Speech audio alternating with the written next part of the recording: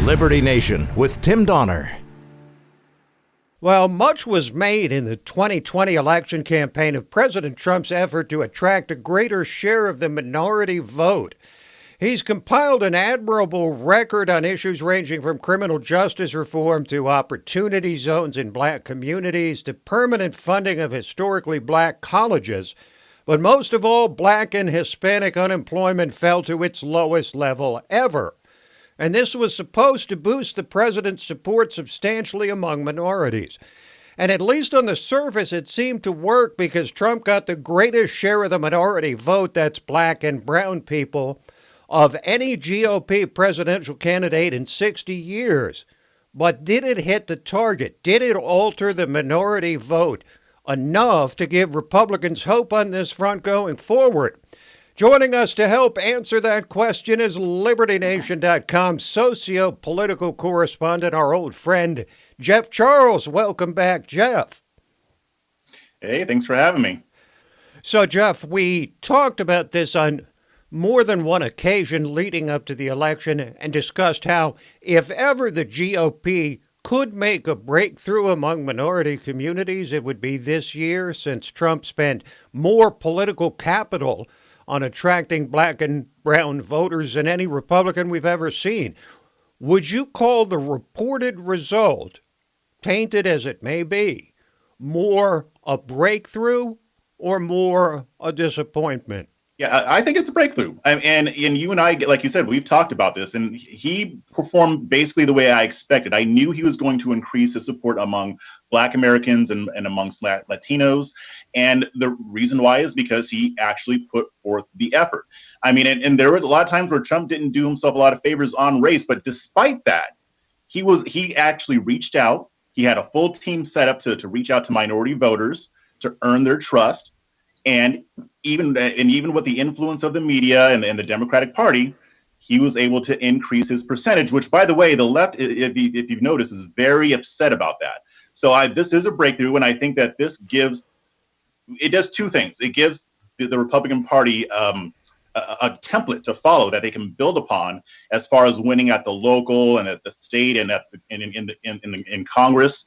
I think it gives them that. And it also takes away the excuses, because the excuses is always, we can't win more voters in these areas because black people will never vote for us. Well, that's not true. I mean, Trump did better than Bush, McCain, and Romney. So if he can do that, then the GOP can do it as well. So, Jeff, just how much do you believe the media assault on Trump as a racist penetrated the consciousness of black people across the country? Oh, it was very effective. I mean, it's nothing different from what they do to every Republican president, right? They always paint them as racist, or even a Republican candidate. So that did its job as normal. Like I said, Trump didn't do himself any favors. There were areas where he faltered a little bit, like if you think about the debate when he was asked about white supremacy and some other issues as well. Of course, that doesn't mean that he's a racist, but I think that he just made a few mistakes that hurt him in that regard. But even so, even with that, he was still able to increase his support in the black community, especially amongst black men, 18%. So I do think that the media was effective, but the thing about the media is that we can't really focus too much on that, because they're always going to do this. I mean, there's never going to be a time where they're going to report fairly on a Republican president. We need to focus on how do we get around that. And I think that Trump can teach us some lessons on that. Now, we also saw a greater number of black Republicans running for Congress, like Kim Klacik in Baltimore, actually challenging Democrats in inner city communities in high-profile fashion. But Klacik only wound up with about 28% of the vote. Do you see real movement here, or was this more of a one-off, with the GOP concluding that trying to capture urban congressional districts is a futile venture?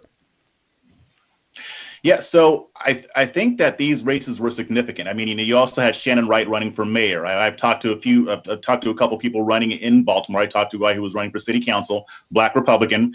And here's the thing, Tim. I mean, the GOP has not been present in these areas in a significant way in decades. So I didn't expect, I hate to say it, but I didn't expect them to win.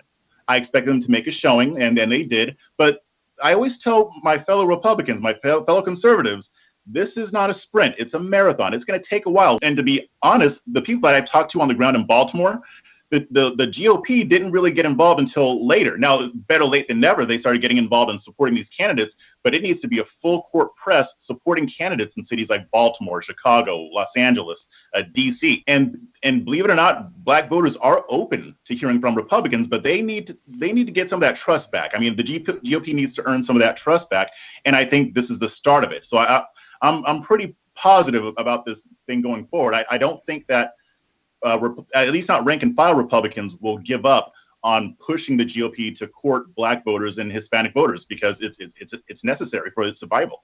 Do you get any indications one way or the other on whether the GOP writ large sees an opening, a real opening in minority communities, enough to invest the kind of effort that Trump exerted?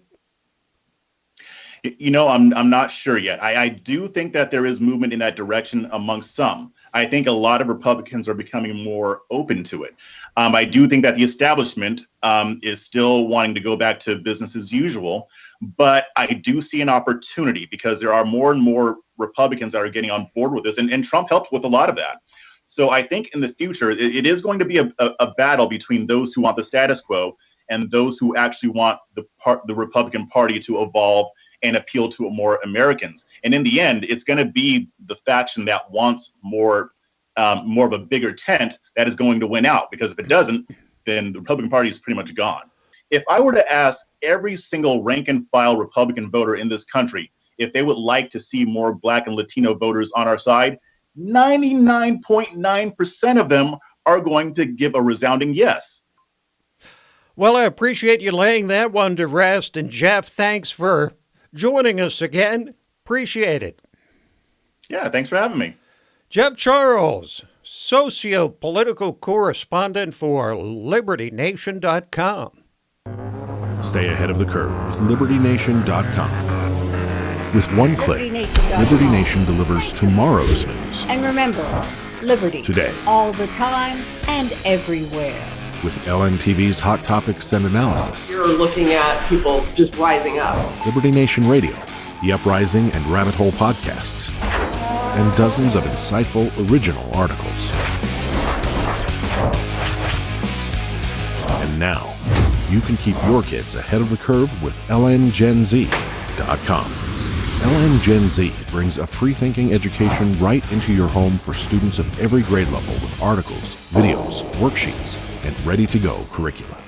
While the media establishment giants are sleeping, you can stay ahead of the curve with LibertyNation.com and get tomorrow's news today.